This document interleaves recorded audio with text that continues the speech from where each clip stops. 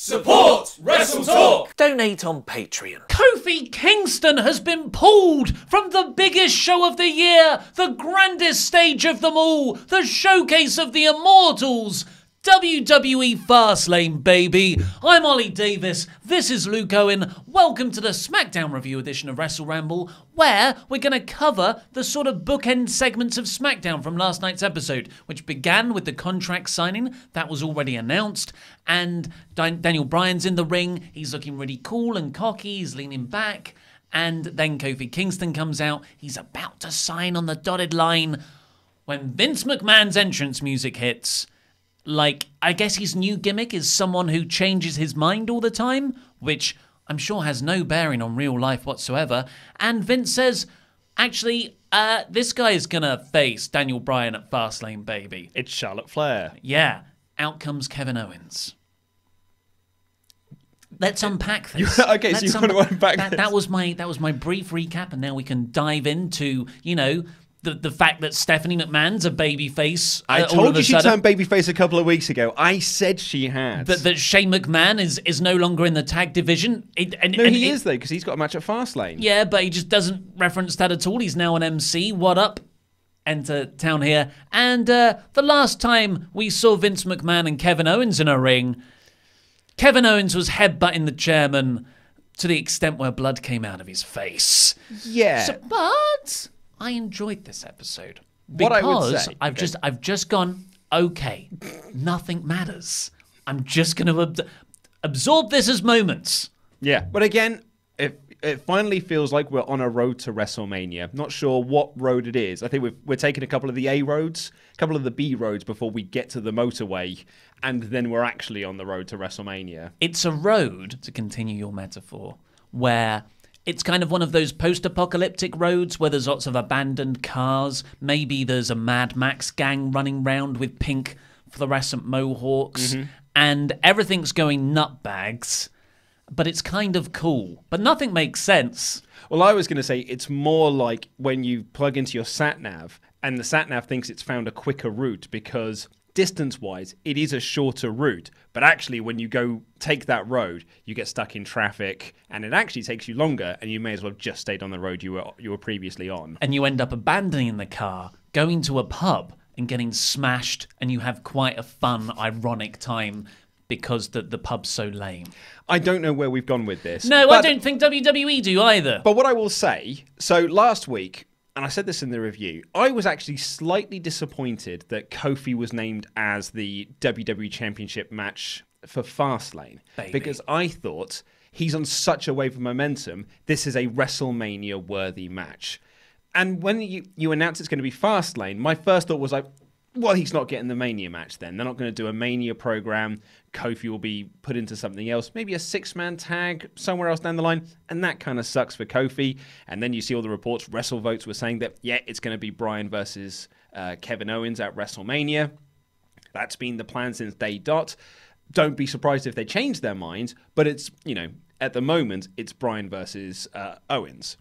So then with this episode, when you have Vinnie Mac come out and say, hey, Kofi, I'm now taking you out of this match, and Kevin Owens is replacing him. My first thought was, oh, cool, at least we're getting Bryan versus Kofi at WrestleMania then. And if it's Bryan v. Kofi at WrestleMania, there's more of a chance that Kofi could win the title, and they'll have that as a big WrestleMania moment, because I don't think they'd put the title on him at Fastlane. Baby. 1 month out from Mania. Yeah, I was kind of into the Kofi Kingston, Daniel Bryan at Fastlane, because I don't think that negates a WrestleMania rematch between the two, because we talked about a fantastic idea someone had on Reddit last week where you have Kofi putting the fate of the New Day on the line. You can still do that to get the rematch at WrestleMania. Okay, yeah. But I'm totally for. I think it's a good idea, a smart idea, to insert Kevin Owens into this and say, actually, it's Owens versus Bryan now. And Kofi's been robbed, and you keep telling that underdog story, and you make the fans want that match. That's solid booking. That's an old formula that's proven to work. And I enjoyed this. I enjoyed how this played out. But I still had this kind of feeling of WWE don't really know what they're doing, which stunk it all up a bit for me. The only reason I'm not being more critical is because SmackDown has a proven track record recently of making me like stuff. So they get a lot more rope from me. Yeah. But at the end of the day, this is another example of a McMahon putting themselves in a story. We had 3 McMahons in this segment. Yeah. Shane and Stephanie doing the emceeing. Why were they both out there? And Vince McMahon coming in to announce Owens. I don't like that side of things. Plus, I think if you take the McMahons out of it, I still would have carried on the Kofi momentum. Maybe they've got better plans to keep this Kofi momentum going, but I would have kept Kofi Bryan using all the New Day Straight Veg Society stuff. The adding of Kevin Owens at this stage in the game feels like a bit of a Deus Ex Machina, which isn't a machine from the gods, a character that's entered last minute that doesn't feel right because it isn't set up properly. Yeah. I think my biggest issue I had with this segment, which I did enjoy, I think in isolation, this was a very well done segment. The problem is, we literally saw this segment just a couple of weeks ago with Vince taking Becky out of a match and putting Charlotte Flair in there instead, which also had 2 McMahons in that segment as well, 2 other McMahons in that segment in Stephanie and Triple H. So this, the Control-C, Control-V joke is something that I've done on the SmackDown review for, nearly 2 years now, because I just think sometimes SmackDown can be like, well, let's just do the exact same match we did last week. But there's nothing really wrong with that. It's just something I do because I think it's a funny little jingle and people seem to like it.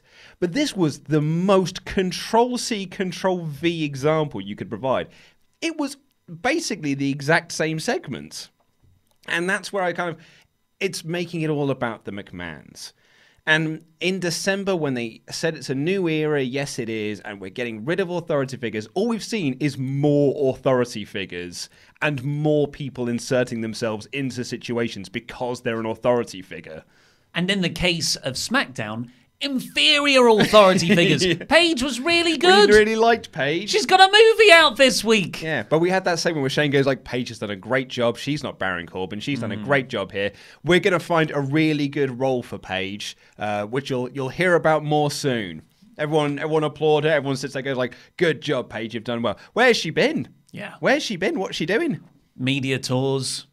She was on the One Show last night with Alan Partridge. I wasn't a fan of Shane and Stephanie being out there for this segment. I don't get why this couldn't just be Daniel Bryan and Kofi and Daniel Bryan cutting the promo. Because neither of them are McMahons. Yeah. All right, I get it, Pritchard. I know you're Pritchard in me.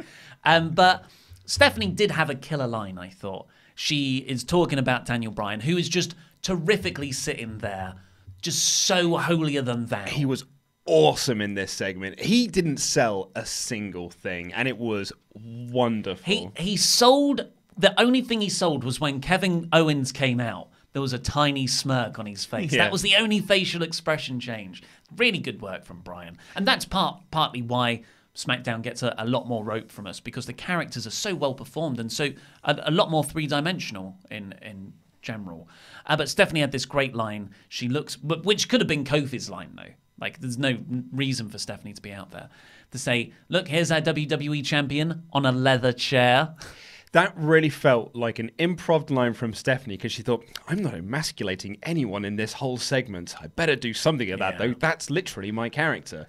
So I guess that we're going with a power play storyline that Stephanie, Shane, and Triple H are all baby faces, and they want to do what's best for the people. They want to give the fans the matches that we all want to see. But Vinnie Mac is the curmudgeon heel who just wants to do things his way. So we get to literally see the backstage politics of WWE played out as a storyline with the, I guess, the end goal of writing Vince McMahon out of WWE. And then we can have the triumphant kids take over, and we have yet another new era of WWE. Which is one of the most Vince McMahon storylines you could possibly do. There's such a track record of him using real life backstage dramas with his family and making those storylines in TV. Because I genuinely think his separation of fiction and reality is dangerously blurred. That's the impression they're giving off from the way Vince has been acting. I don't think this is a storyline. I just think they're just doing things to get the matches they want to happen, but don't know how to do it. And they know that the McMahons are draws and they need to kind of be on TV relatively consistently. So they just bring Vince out to do this. I don't think the Vince stuff's ever going to pay off. Oh, man, I've got to disagree here because I cannot imagine that you would have written the same segment twice over and not have that be on purpose. I want to agree with you. I don't think... Perhaps I'm being far too optimistic about this, and I'm buying into this company far more than they deserve. But this has to be by design. There's no way you could have written this segment and go like, well, that'll work. We will never pay it off, but hey, at least we got the Bryan Kofi match delayed to WrestleMania. All right, well, I've said it. I've said it. I'm putting that on the table.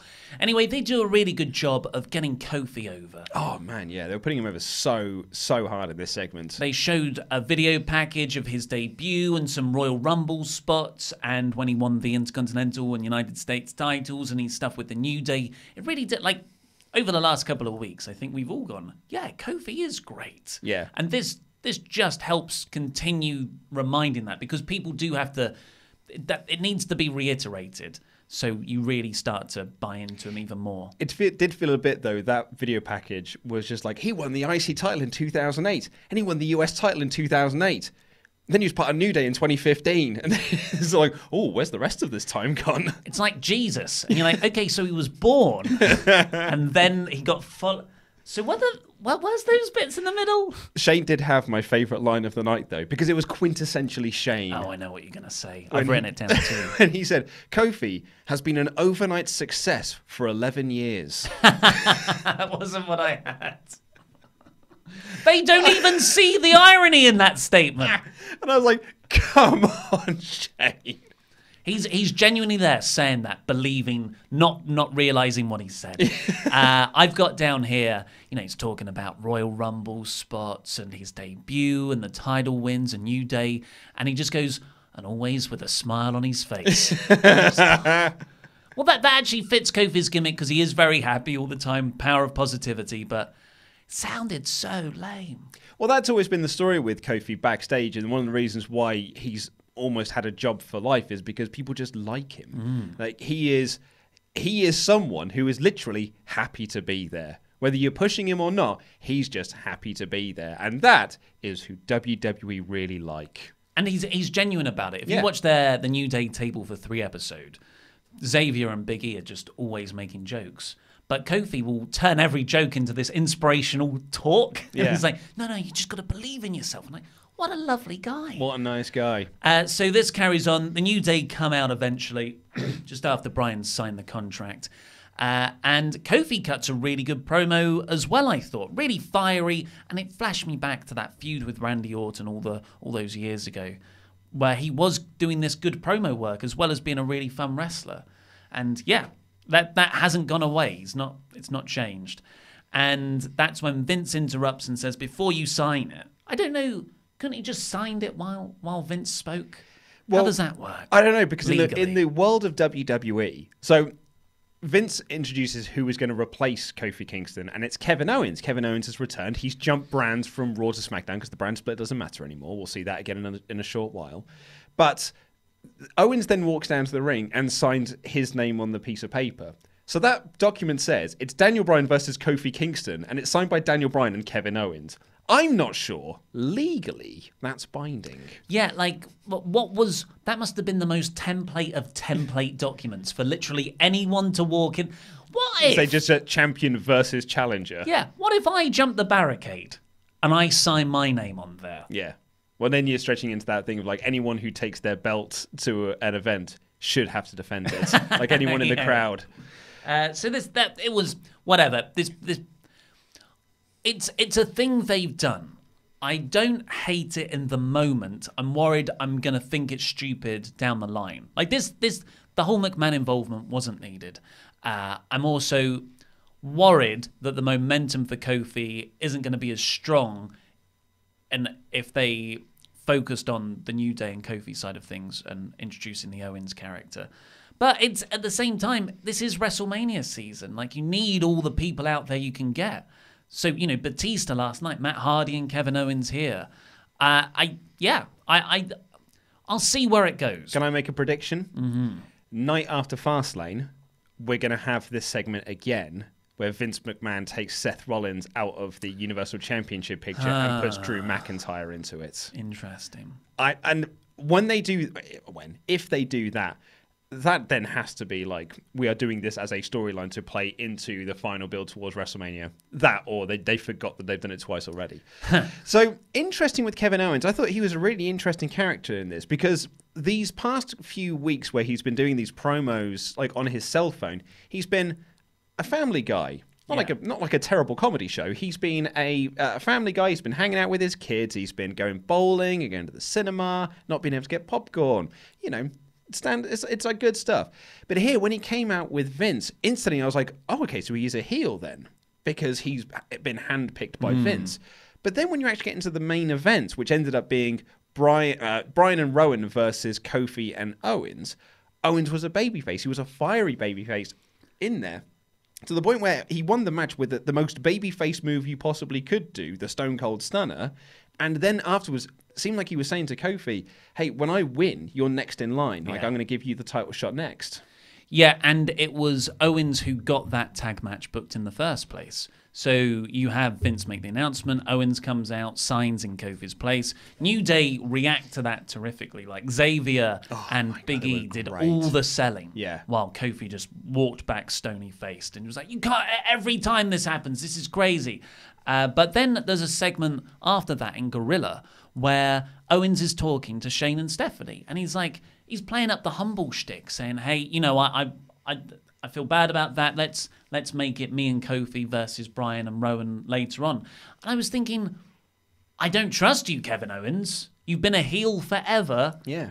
And this is classic Kevin Owens mind games. That's right, yeah. So I don't know if he is a babyface. I think that makes it quite intriguing for him then, as a bit of a character journey that we can take. So, I mean, Fastlane's baby is next Sunday, so we've got to do quite a bit of storytelling here to get to that point. But whether that can then build into WrestleMania as well, of whether we're finding out, is he a babyface? We're getting the Kevin Owens that we saw in those cell phone videos, or are we getting the Kevin Owens of old that used to work for Stephanie McMahon, essentially, and Triple H's handpicked guy. Exactly, and things like that. So I think it'll be very interesting to see where we go from here. My concern is, along with the many others, is that Kevin Owens, they obviously had a plan for him, a story for him. He was going to get a WrestleMania title match against Daniel Bryan.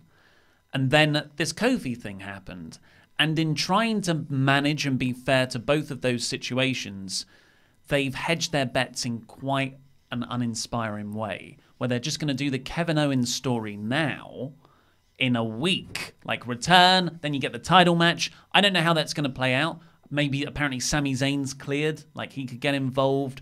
But I don't really want to see Sami versus Kevin again. Or like a four-way. Yeah, or it becomes a four-way, sure. Or it sets up a three-way feud for WrestleMania. I just don't know where they're going with it, and I'm not hopeful. I also think like the money, surely, and we said this with the Ronda thing, the money's not in Ronda, Becky, and Charlotte. It's in Ronda versus Becky. So surely with Kofi, the money's not in a triple threat for the title. To this guy who has no connection to that storyline. And it's not in a fatal four-way either. It's Kofi getting his one-on-one championship match. Another nice blunder by Shane where he said, this will be Kofi's first ever shot at the WWE Championship. I'm like, his first ever single shot, I think you mean, Shane. So like that's the story you're telling, right? It's his first ever singles shot at the WWE title. And you have that moment at WrestleMania where he wins the big one, an 11-year journey that's been dropped and started and stopped, and now here it is, and he's won the title on the grandest stage, the second grandest stage of them all. After Fastlane, Fastlane, baby. Yeah, so, yeah, we'll see how it plays out, but this paid off in the main event, with Kofi coming out looking really dejected. I loved Kofi's selling of this, and like New Day, they weren't New Day. No. They weren't New Day. They were just three friends who'd just been screwed out of a title opportunity. Yeah, and almost like, just to follow up that insult, it's Kofi and Brian who start off the match, and Brian looks at him, again, this really stone-faced look that he's had just from this week, really. And he goes over to Rowan and just tags out. Yeah. Not in a scared way, but in a, you're not even worth my effort. I'm not even facing you for the title anymore. Oh, it was brilliant. It's really great subtle work there. And all the problems aside, the minor nitpick problems, really, well, the McMahons are a big one, with what they're doing with this feud. Because I am going to see how it plays out before I make full judgment. Is how fun this main event was. I just thought this was a classic TV match that I'm into all the characters, I'm intrigued about the story, and it was a decent. It wasn't like any crazy spots or match of the year candidate, but it was just a solid TV episode. And no one loves a solid TV match more than this guy. I thought it was a really solid main event, and it was so fascinating after thinking that Owens might be a heel, for him then to work as a babyface and work with Kofi to work over Bryan and Rowan. I was like, oh, okay. And the more they did this, the more I got into it. And then at the end, when Owens hit the Stone Cold Stunner to get the win, which looks like that's his new finish now. Yeah. And like they're saying, as a tribute to his favorite wrestler of all time, the all-time great Stone Cold Steve Austin. And I'm like, if you're doing a stunner, mate, you are a babyface. Because you can't do that move as a heel. Yeah, I mean, can you think of anyone else, really, who's had that since Austin? The springboard stunner. Yeah. Undoubtedly the best version of the move, of course. Of course. It pinned so many people. Yeah. And interestingly, earlier in the match, Owens hit the pop-up powerbomb and Bryan kicked out. Like a sit-out version of it. Yeah. So this was good stuff. And Owens won. He pinned Bryan. Again. Which I said last week, I love how they use Bryan getting pinned because it feels like such a big deal. And then this week, I was like, now it doesn't. You've got Rowan there. It's a tag match. This is the Tamina situation again from Raw. Why are you pinning Nia? I don't think Owens should have pinned Bryan here. I get why they did it, but you've got better options. Well, SmackDown's whole thing at the moment, considering this happened with Asuka last week, their booking philosophy is if you pin a champion, then you're going to have more momentum going into your title match down the line. I've never been a fan of that. That's always that was the old joke of how you would predict pay-per-view matches. It's by what babyfaces won on the go-home show. Yeah. I mean, unless it's against Triple H, because Triple H never... 100%. Yeah. Wins and losses don't matter. Apart from Triple H. But overall, I thought this storyline is intriguing. It's got some problems, but hopefully they'll be ironed out by the superior SmackDown creative team in due course. Let's get on with the rest of the show. It's a SmackDown review, Maggle. I love it. We got us a flying Uso. After that opening segment with the Daniel Bryan, Kofi Kingston, Kevin Owens contract signing, we got Cesaro versus Johnny Gargano. With Tommaso Ciampa and Sheamus in their corners. Yeah. A match that was advertised hours before this show went on the air. Because I went through WWE's Twitter feed to try and find some images and stuff and try and find where they made that announcement over the weekends. And in doing so, I found an announcement for that hours before the show went on air. And this is, again, those sorts of things where people go like, oh, whenever journalists say that plans change, it's such a lazy way to say that they just made it up or they got it wrong. It's like, this is literal evidence that plans change on the fly all the time. So this is really peculiar because who came out instead? So the Bar came out. It wasn't a singles match. The Hardy Boys, both Matt and Jeff, with Matt not being around for 9 months. Last time we saw him, he was on Raw. And not being woken Matt Hardy here. He was just Matt Hardy again. It was the Matt Hardy that we saw when they first came back to WWE a couple of years ago, when he was this sort of like odd mixture of like, well, I'm Team Extreme Matt Hardy because we're not doing the broken gimmick, but I'm also going to do all of my broken Matt Hardy spots. And delete. Yeah. So he's back to doing that again. And as I joked in the review, nostalgia acts have not panned out in the past in WWE. Look at the Dudley Boys when they came back. Look how quickly we all fell out of love with the Hardy Boys after they came back after WrestleMania. And it was only like Matt felt like he was getting interesting in when he was doing the Woken stuff, but they just hated doing it, and then they just dropped it. Well, it's Vince McMahon being WrestleMania season. Everyone back in the gimmicks that I like, which is Matt Hardy here, I guess. This is a really interesting situation. I don't know how much this plays into it, but last week, Matt Hardy tweeted, I've always been comfortable wrestling outside WWE, which was a weird thing to say. And then someone called him, tweeted back, oh, take this as a veiled threat, WWE. And Matt replied to him going, no veiled threat, just got 11 days left on my contract. So you're like, okay. And then that comes out that that's true. Their 2-year deals were very soon going to be expiring.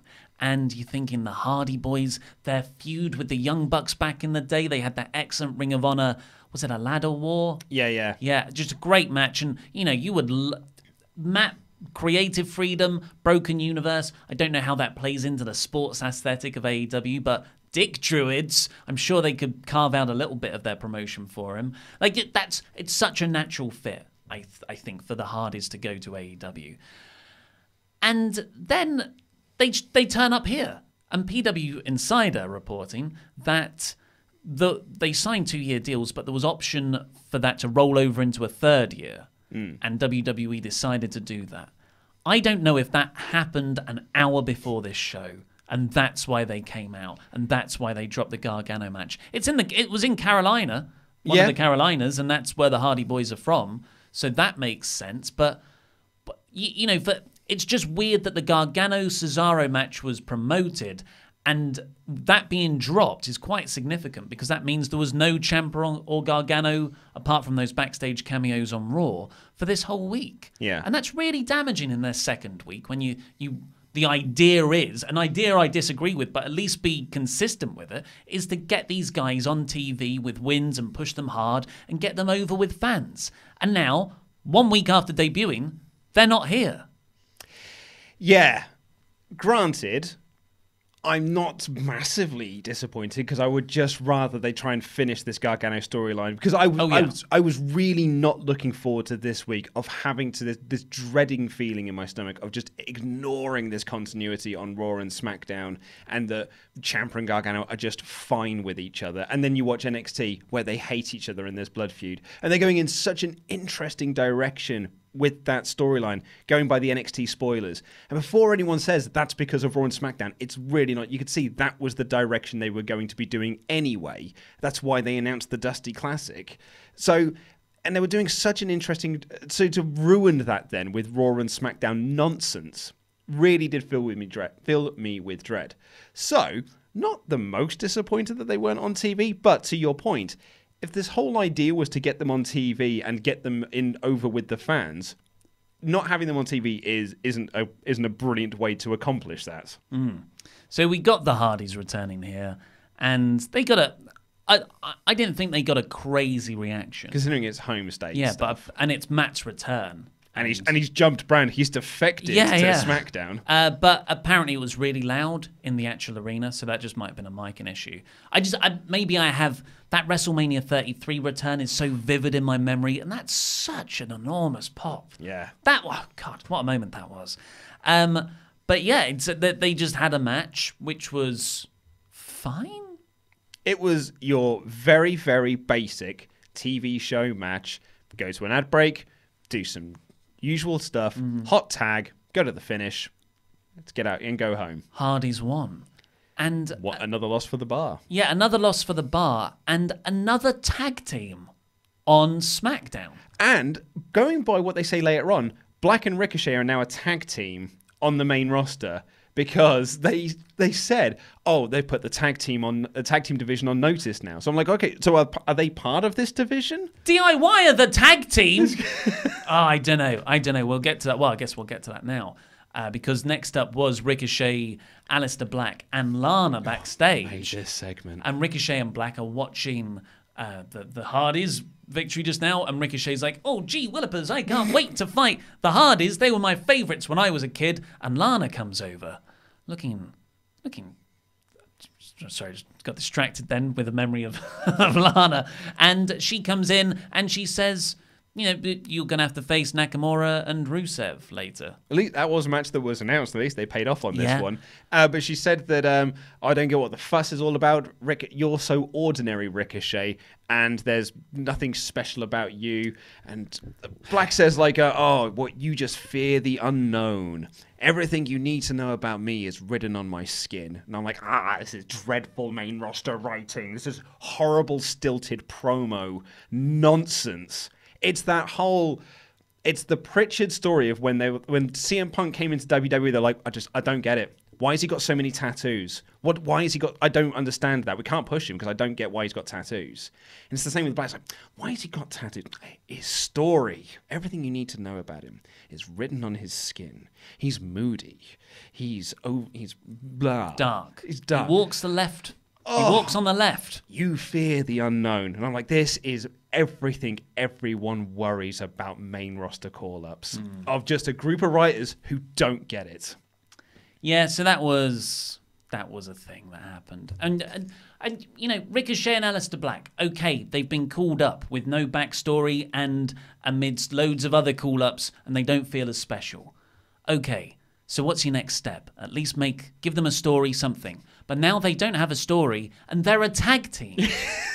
I didn't think you can faceplant once you've faceplanted, but they're finding other layers of the earth to fall into. Yeah. Anyway, I think they should play right, because the Honky Tonk Man's going in the Hall of Fame. I was going to say, it's not a Hall of Fame. Yeah. Paul Orndorff told me, he said, I got flown there first class, I had a nice meal, and I got me a plaque that I left in the hotel. It's not a Hall of Fame. Yeah. So that's legit comments from the Honky Tonk Man about the Hall of Fame. It's in my review.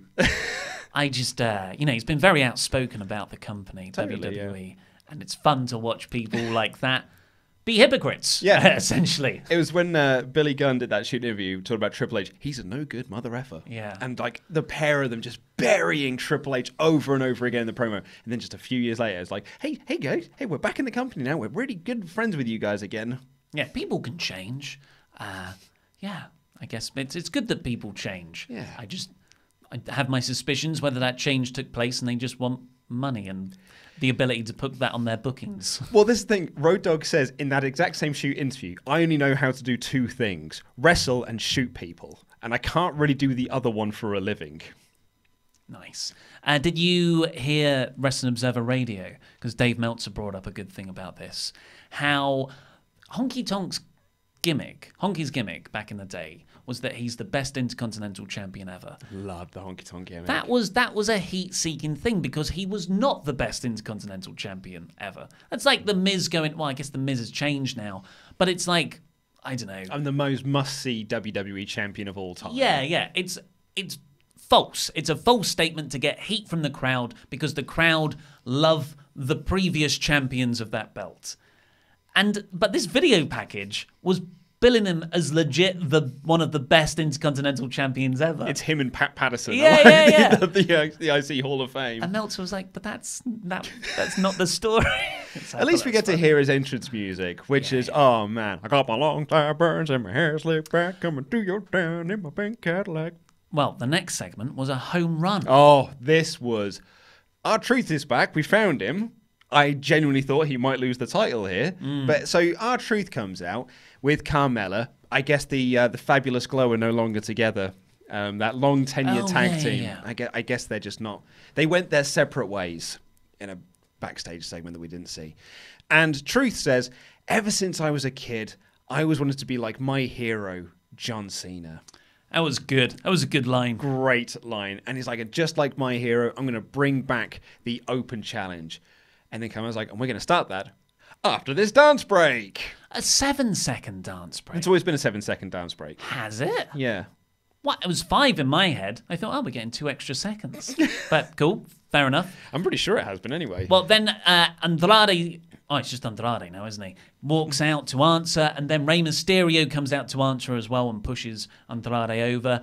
And they both get in the ring, and R-Truth's like, well, what would John Cena do here?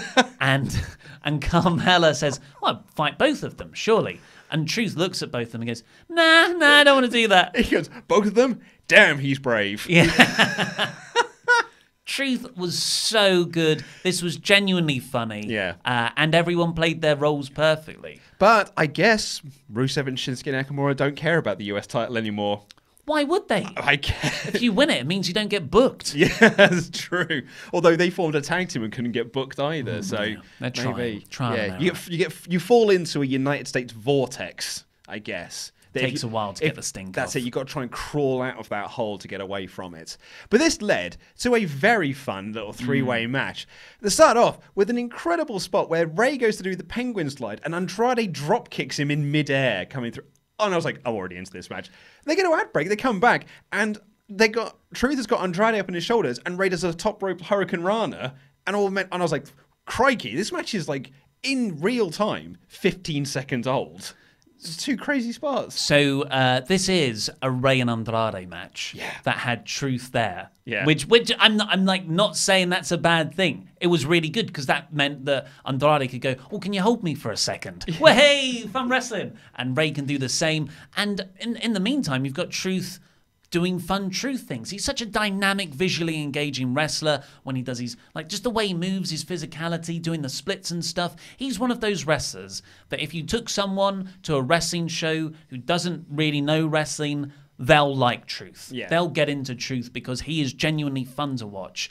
And putting a guy who's fun to watch with these two extraordinary wrestlers who have such good chemistry together, this was so much fun. Yeah, it was really good. I said this in the review, but it felt like this match was more of a backdrop because the Ray and Andrade feud was seemingly dropped. They just stopped talking about it for like 3 weeks. And everyone was like, oh, I guess they just moved on from that. And then this week they were like, oh, we were doing a feud. No, we need to do something to kickstart this, though. Well, let's book this 3-way and we'll use that essentially as just background so we can restart this feud again and build to a pay-per-view match. I don't think that's the only feud they're building, Luke. R-Truth did the 5-knuckle shuffle in this. He keeps on talking about John Cena. What would John Cena do? Yeah, and he went to do the attitude adjustment, did the you can't see me spot, yeah. So you think I don't know. WrestleMania issue the open challenge and John Cena answers it? Look, he's not got a match already. He doesn't have to do any build. I love this. You do R-Truth being John Cena from last year. I love that. Calling out Cena my God, week that's after week. great. It'll be so funny. Yeah. And then everyone's like, R-Truth does the call out of WrestleMania, and then out comes Cena. I think it would be a great moment. Yeah. And if he's not going to be around, and they didn't. Yeah, you can get round not promoting that match properly. I'm so much more into the idea of doing John Cena versus R-Truth than John Cena versus Lars Sullivan. Yeah, well, he's lurking. He's too busy lurking. And then maybe Cena wins the US belt and he has like a month run. Well, hey. Try and get that belt over, maybe. Yeah, Maybe. This will get the belt over. Or do you think if Cena wins the United States title, it might appear on TV more? Well, I don't know. Yeah. I don't know. We can hope. Don't want to say too much, do you? But yeah, I think that would be fun. That would be fun. And Andrade attacks Ray after the match to kind of, as I said, kickstart this feud back into gear again. Tries to go for the hammerlock, but Ray reverses that. And then Andrade dodges the 619 and bails. They have a 10 stare down. WWE announced they've got 40 million subscribers on YouTube. Loads. Yeah, that's 39 million and a bit more than we have. But, we're close. If you round it up, it's 40 million more than we have. They have all the subscribers. Yeah, send some our way. It's been so greedy. PewDiePie must be thinking, oh, man. Who's he? It's getting a bit hot in here. So Charlotte Flair was up next, and she came out. She called herself the gold standard. Yeah, I was going to say, call Shelton Benjamin, gimmick infringement. He's on the roster. He is. He's still in the roster, as far as we know. Remember when the New Era, and they did those backstage promos, and it was the Iconics, Good Brothers, and Shelton. None of them have been on TV. And Shelton even had an Iconics. angle where he tore down the green screen set and stormed off. Well, whatever happened to Mojo in the mirror? He got sucked into it, into the Mirrorverse. But Charlotte came out here. She said that Ronda and Becky fear her, but Charlotte fears nothing. I thought that this felt like time wasting. We've heard this promo from Charlotte again and again and again. The whole point of this promo, though, was that I'm going to Raw next week where Vince McMahon is going to crown me the new Raw Women's Champion. That's great. But the rest of it, though, I'm like, I've heard all of this from you in other promos. I agree. I thought Charlotte's performance of it was very good, though. Ace. She's really got her character down. Yep. But the content was just a bit repetitive. And it's just a bit baffling when you've got material so obviously staring in your face. The previous night, her dad was attacked by Batista. She clearly does not care. Which she didn't mention at all, right? She didn't bring that up once. Because she's a heel. Well, but this is how you play that. You have Charlotte come out and she's like, I'm the victim here. Stop talking about Becky. My dad was beaten up. Yeah. And then, but you do that in a way where it really she just makes herself seem very obnoxious and spoilt. You know, yesterday was more about me than Rick, and you just play it that way. Yeah. But they didn't do that. It's a standard Charlotte promo, but standard Charlotte promos when she's a heel are great because she's so good at them. Black and Ricochet, that classic tag team. Versus Shinsuke Nakamura and Rusev next. That other classic tag team. Corey said that Aleister Black fights for the misfits. They don't get him. They do not know what his character is. Corey gets him. Corey understands him perfectly. He's probably just dying inside. Like, why'd I have to say this crap? Because they go, just say it. Yeah. Say it, you idiot. It's enough to drive anyone to affairs. And they... I just think this is a total botch, Black and Ricochet being put together. It's all the talent in this ring, actually, is ineffectively booked. Rusev, Right? Yeah. Nakamura, Black, Ricochet. It's infuriating, which is a shame because this was a fine match. It was pretty formulaic. Crowd went into it at all. Yeah. Crowd were just popping for Ricochet doing his flip-de-doos because of course you're going to pop when he does his flip-de-doos because his flip-de-doos are cool. De-doos. Yeah. But because you've not been given a reason to care about them, you don't care about them actually wrestling. No. Because this has not been a successful 2 weeks experiment thus far.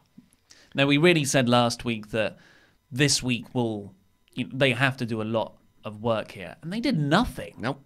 They're like nothing apart from making Black and Ricochet a tag team, which is a step backwards. Yeah. They've done nothing else to promote these guys or work to get them over. It's really unfortunate. At least they are making the Black Mass look awesome. Really protecting that as a finisher, which is a really, really good thing to do. Like, that's smart. And, you get to do Ricochet to do his flip-de-doos and things like that. So that at least is good. I really enjoyed Black and Nakamura. Oh, man. I've written here, this match should feel so much more of a bigger deal. Aleister Black versus Shinsuke Nakamura. This should be like, that is pay-per-view level, main event worthy. And here they are in just this tag team match that goes 3-4 minutes. I was like, this should have felt like a much bigger deal, these two in the ring. That's like a takeover wet dream match. Right? That is. Absolutely it is. And the crowd couldn't have given a toss. Yeah, and they had a really cool opening sequence, which went about 30 seconds, but it was like Nakamura went for a high kick and Black just dropped down into the cross-legged sit down. And just really cool stuff. And it was Black who got the pin on Nakamura. Yeah. So we'll see what happens, but it has not been good. Speaking of not good recently, AJ Styles has been lost in the shuffle and then some. Well, that's what Kayla kept telling you. She's been taking notes from Mean Charlie. Yeah. AJ, you're a bit rubbish. Tell me about it. AJ, you've not had anything to do recently. How do you feel about that, you big sweaty loser? You've not been booked because you smell and are disgusting. Yeah. Tell me about it. AJ admitted he's in a bit of a career slump right now, which is so lame because you just did this storyline a month or two ago of Vince saying, "I want the real AJ Styles." That hothead that's that shows up all the time. Yeah, it's AJ's got to be moving to Raw. There's nothing left for him to do on SmackDown, they don't have anything for him. It's almost like they do. Randy Orton. Here we go. So at the end of this, AJ's like, this is still the house that AJ Styles built, but he's probably going to sell it on. He's flipped it. That's good real estate. Oh, it is, yeah. And Randy Orton turns up from outer stage right and just said, the house AJ Styles What? A sphincter says what? What? Yeah, so that was fine. I mean, I really like AJ and Randy's in-ring work together. And I think they'll have a really, really fun match.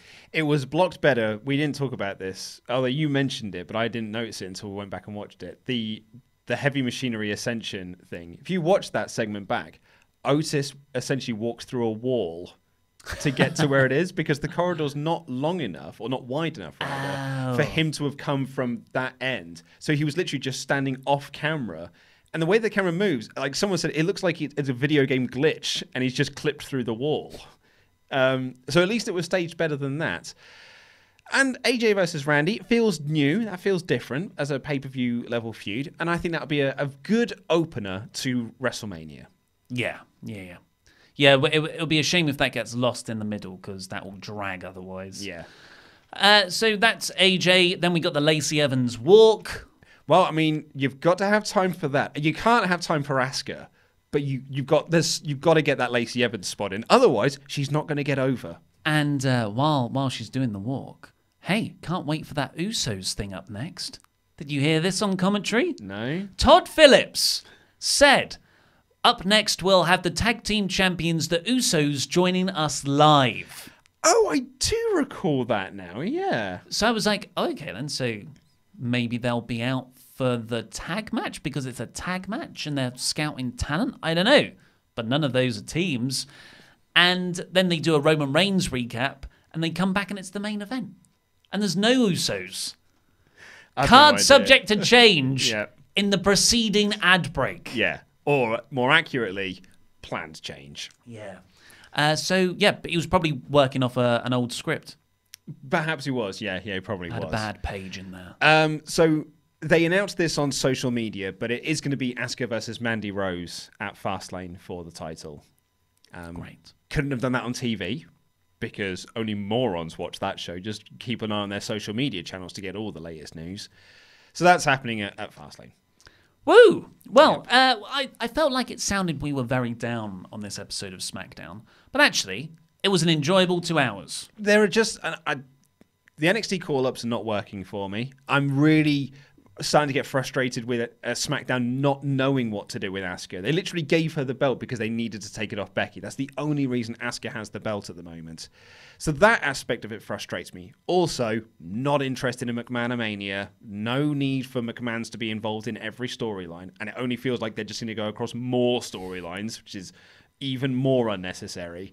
But I did enjoy this. I thought that the tag match, the first tag match that we got, the Bar and the Hardys, was pretty good. Loved that triple threat. Loved the main event tag match. Yeah, main event was good. Aleister Black and Shinsuke Nakamura had some really fun spots. I enjoyed this show. I gave it a smacktastic. Really? I would... I'm probably going to get some heat for this.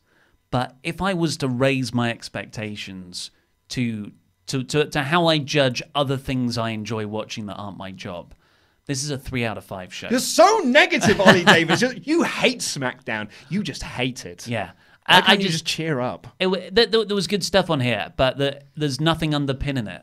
The Kevin Owens stuff is sort of weird. The McMahon stuff, all the same problems that you said. The Matt Hardy stuff, again, was just a step backwards.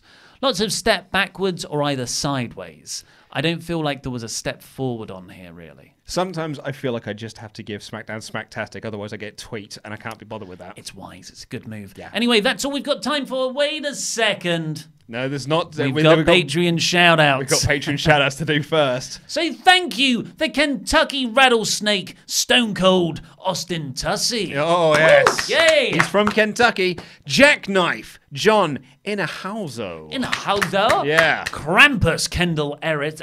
Oh, nearly there, yeah. Pampering Sam Pemberton. Woo, oh, yes. From Formed Together like Lucas Volkman. Is this a Ghostbusters? It's a Voltron thing. Okay. Formed together like Voltron. Yeah. Scott Howard the Duck. Woohoo! Yes. Hey. Best Marvel character. Like a ninja, Shadow Noskawak. Oh, I don't think that's... Noskawayak. I'd go with that, yeah. Noskawayak, well done. Angry Arbol Safari. Oh, he's so angry. Yeah. Duncan Just Duncan. His name is Just Duncan. Duncan. Calling back to one of my favourite gimmicks of the Attitude Era, Joe Just Joe. Cliff Bridges over troubled waters. Like a cliff over troubled. You could have just called it Cliff over. Oh, yeah, I guess But his name is Bridges. Rob Steiner recliner. Oh, what a painful Yes. manoeuvre. Better than Bill, Dennis Hicks. I What? don't think that's Ooh. right because Bill Hicks is a That's legend. amazing. Dennis, it looks like a giant Johnson. This is an Austin Powers thing that I only realised when I said it. Rewatched that scene to make sure I got that bit right. It looks like a giant Johnson. That's such a good running visual gag. That they ran into the ground in gold. The Titans football team when they've got that spray painted on their stomachs. Exactly, yeah. That looks like someone's pecker. Yeah, and take us home. And lastly, big, sexy Jimmy Genslinger. Whoa, yes. Yes, that's all we've got time for Reelses. That time, please click the videos that have just appeared on the desk to catch up with the latest WrestleTalk awesome things, and this button right here, which will get you shout-outs on the shows. I've been Ollie Davis, this has been Luke Owen, and that was Rambling.